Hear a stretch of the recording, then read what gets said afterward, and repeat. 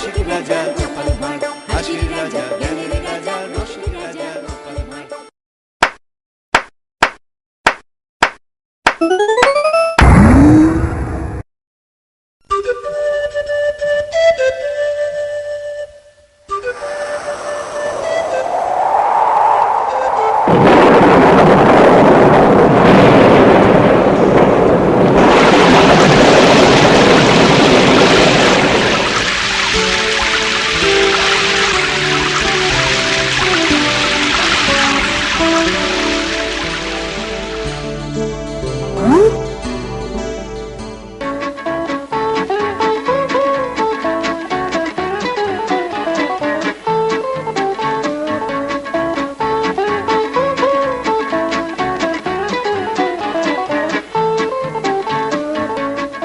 খবর মন্ত্রী মশাই, ইলিশ কিনে ফিরতেছেন?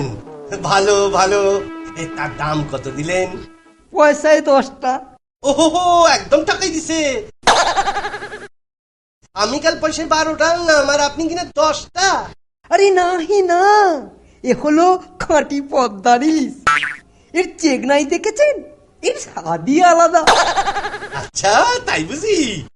বেশ বেশ, তাইলে বৌমারে কইবেন আমার লাগে একটু রাইন্দা দিতে, পরে কাজের লোক দিয়া আমার বাড়ি পাঠাইয়া দিলেই হইব। একটু সাইখা দেখুন। হ্যাঁ, দিমু না কেন? দিমু, ইলিশের আঁশ দিমু। আমার পয়সা দিয়ে কিনা ইলিশ ছাঁটাবে। কিছু কইলেন নাকি মন্ত্রী মশাই? দিমু, ইলিশ পাঠাইয়া দিমু। বেশ বেশ। যাই, তাড়াতাড়ি বাড়ি যাই। বাড়িতে গিয়ে বলতে হবে সর্ষে বাটা দিয়ে ইলিশ রাখতে। মন্ত্রী মশাই, ও মন্ত্রী মশাই,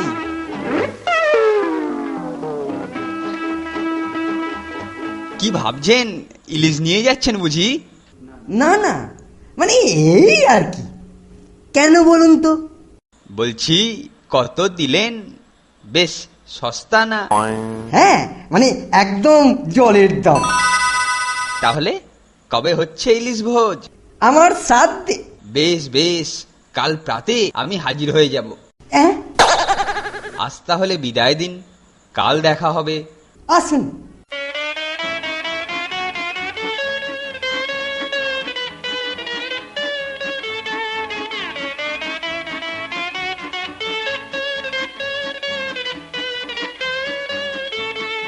আরে মন্ত্রী মশাই যে, কি বড় ইলিশ কিনেছেন দেখছি।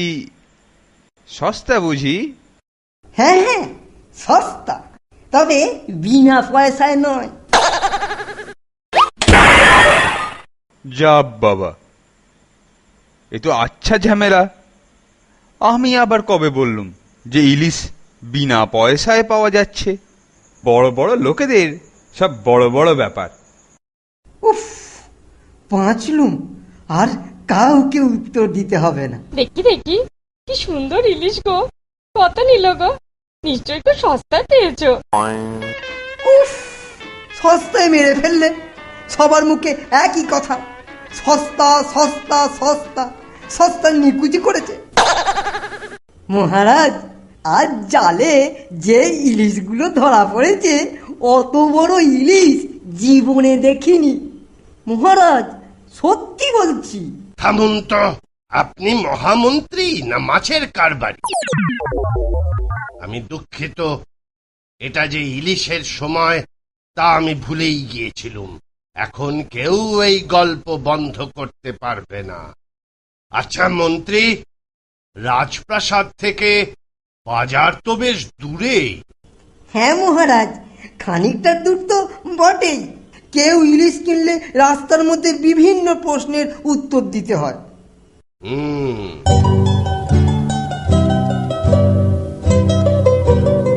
আচ্ছা গোপাল,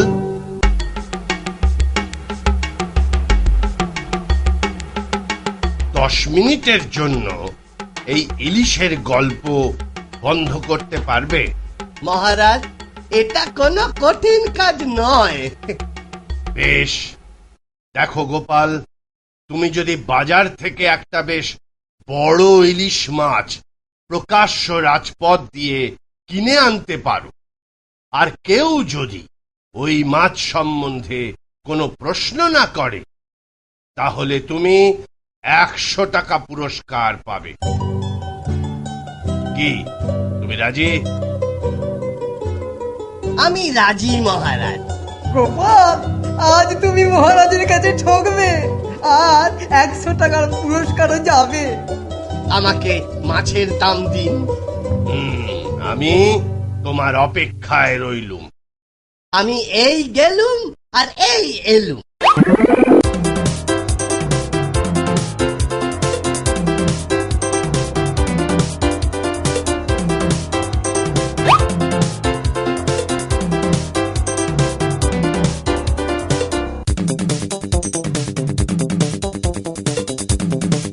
কি গো, পাগল হলে নাকি? এইসব ছাইভুষো মাখছো কেন? সাজছি গো সাজছি, মাছ কিনতে যাব তো তাই সাজছি। ওগো, তুমি কি পাগল হলে নাকি? না গো না, যখন 100 টাকা হাতে দেব তখন বুঝবে এ সাজের মহিমা।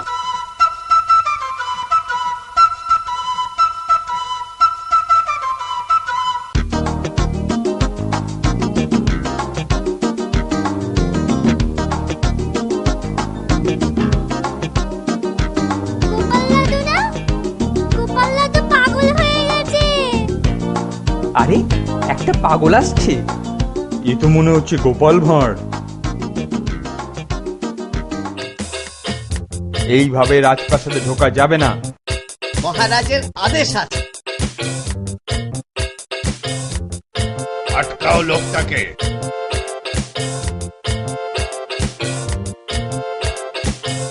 আগে হুজুর, আপনি ভুল করছেন, ও লোক নয়, ও গোপাল।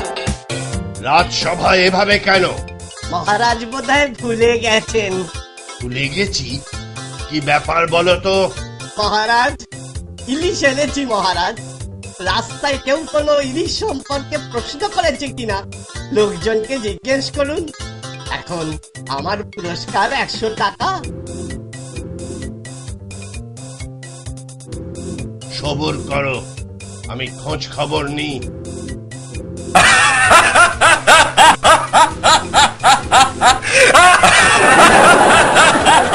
গোপাল, সত্যি তোমার কোনো তুলনা নেই। সারা রাস্তা লোকে তো তোমার এই দিগম্বর দৃশ্য দেখে চোখ চাপা দিয়েছে। প্রশ্ন করবার সুযোগ কোথায়?